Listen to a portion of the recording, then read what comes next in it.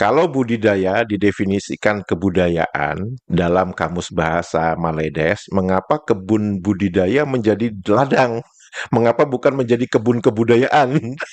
Kan pertanyaan diawali mengapa kan? Ya, dosen bekas gagal lagi menjawab pertanyaan diawali mengapa. Dosen bekas sekali lagi dengan bangga menunjukkan kemampuan dia hanya sebatas media penyimpanan data saja. Perhatikan aja, dia hanya menuliskan definisi ini, definisi ini, definisi ini. Tapi mengapanya kamu tidak menjawab gitu loh. Mari kita gas.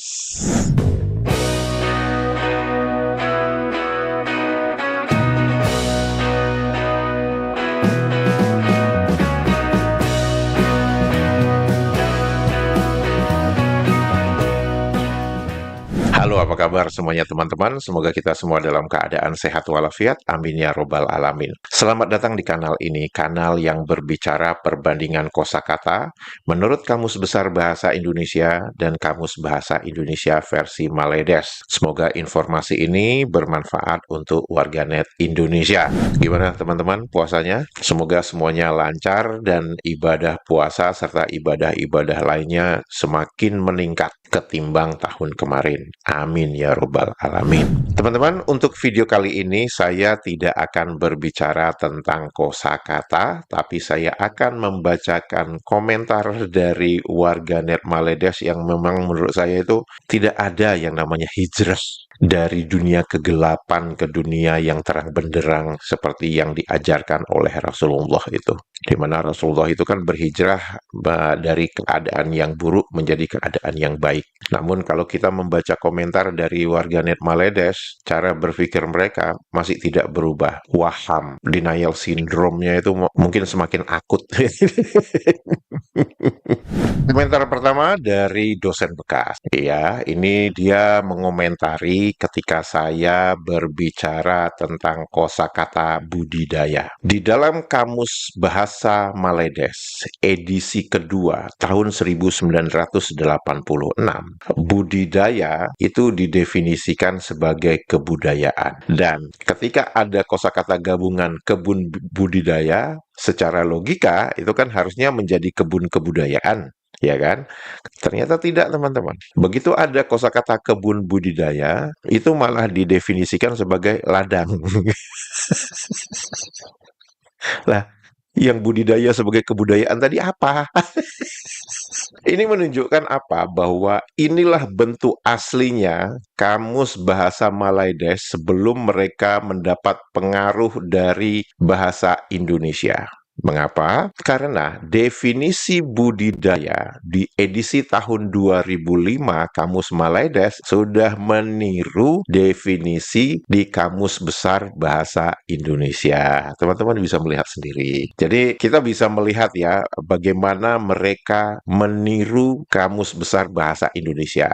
Ya seperti kosakata yang berakhiran sen itu adalah bentuk aslinya mereka, bagaimana mereka mengadopsi kosakata bahasa Inggris. Convocation, losen, stesen, korapsen.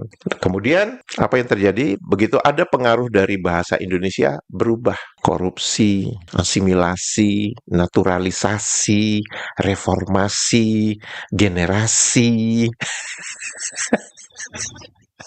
Kosakata budidaya ini adalah sebagai contoh nyata ya, bahwa tahun 1986 mereka belum mendapat pengaruh dari Indonesia, tapi begitu tahun 2005 mereka sudah mendapatkan pengaruh dari Indonesia. Ini contohnya. Nah, dosen bekas itu menuliskan sebagai berikut. Budi, dalam bahasa Maledes dan dalam bahasa Indonesia memang ada banyak kata yang digabungkan dengan budi.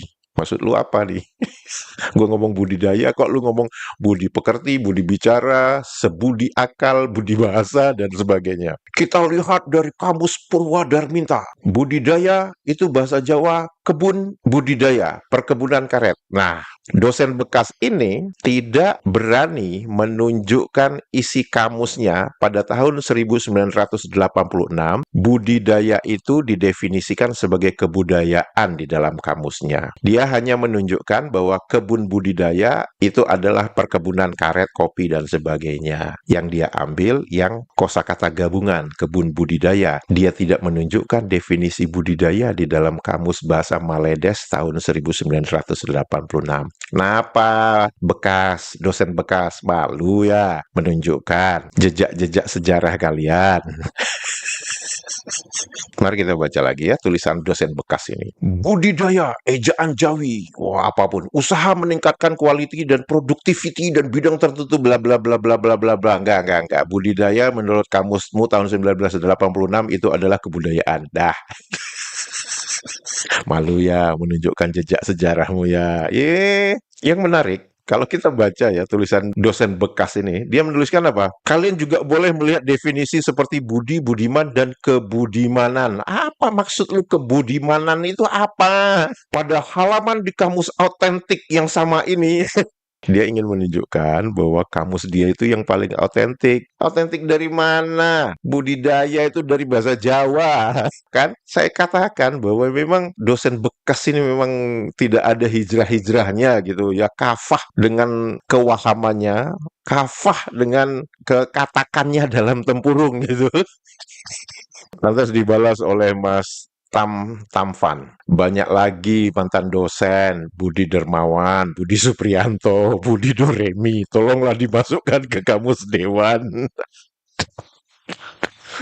Menghadapi mereka yang waham ini, dosen bekas yang waham ini ngeyel gitu ya udahlah saya membalasnya gini aja lah. Dosen bekas gagal lagi menjawab pertanyaan diawali mengapa. Karena kan pertanyaan saya, kalau budidaya didefinisikan kebudayaan dalam kamus bahasa Maledes, mengapa kebun budidaya menjadi ladang?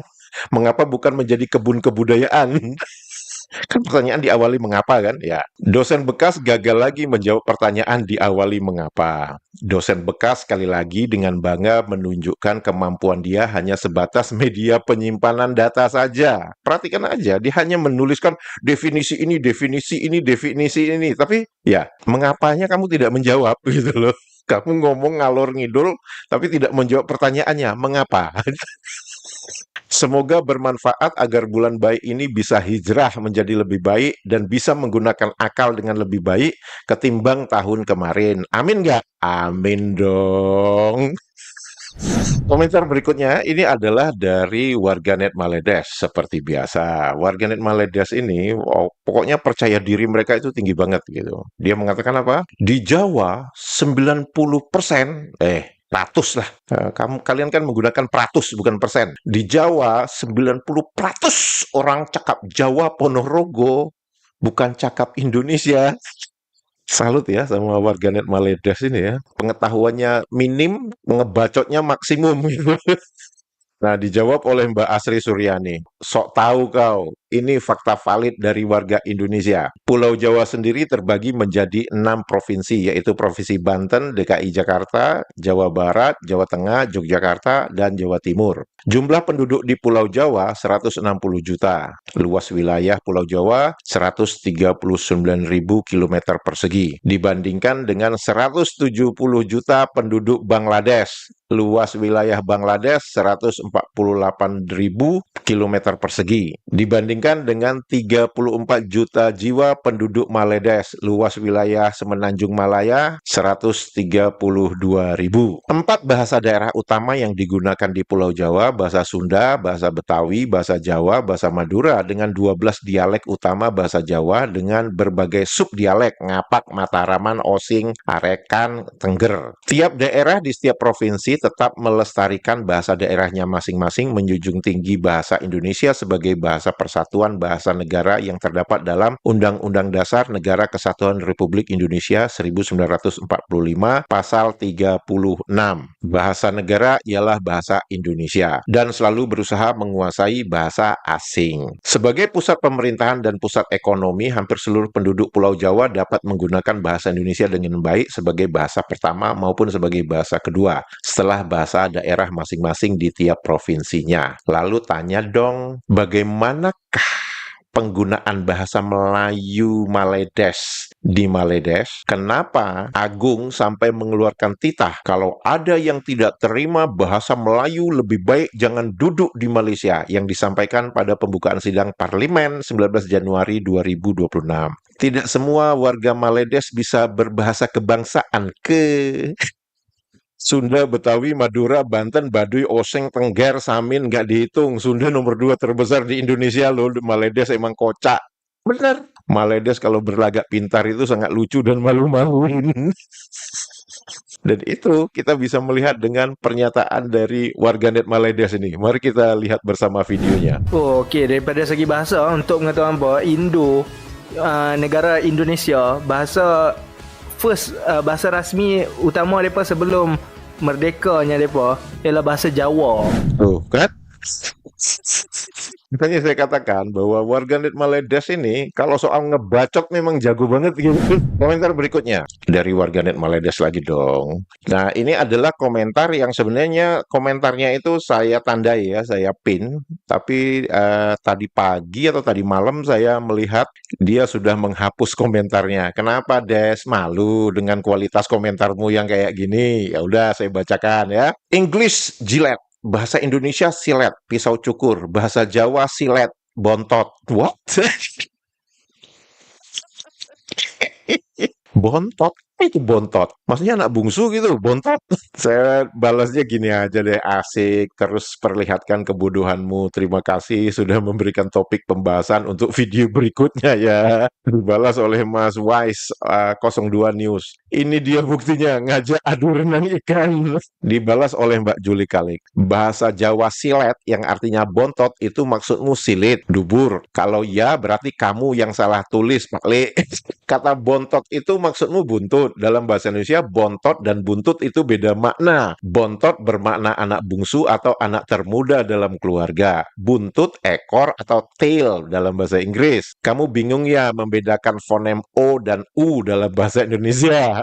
Untuk warganet Maledes, mereka nggak bisa membedakan itu. Huruf-huruf yang kayak gitu mereka nggak bisa membedakan. Mereka hanya bisa membedakan jom, je, kat. Nah, itu mereka bisa. Gitu. Kalau bingung, coba kamu balik baju kamu itu dulu dan peluklah sebuah tiang listrik di pinggir jalan. Kalau nanti pas hujan dan kamu tersambar petir, ya kamu tak akan bingung lagi karena kamu bablas. Ayo guyu yuk, Mbak Juli Kalik. Kocaknya lagi, nih warganet Maledes ini yang memang betul-betul nggak ngerti apa yang dia omongin, dia mengatakan begini, ejaan silit itu betul bunyinya dalam bahasa Jawa. Dibalas oleh Mas Wise ngajak main bahasa Jawa sama orang Jawa. Kocak.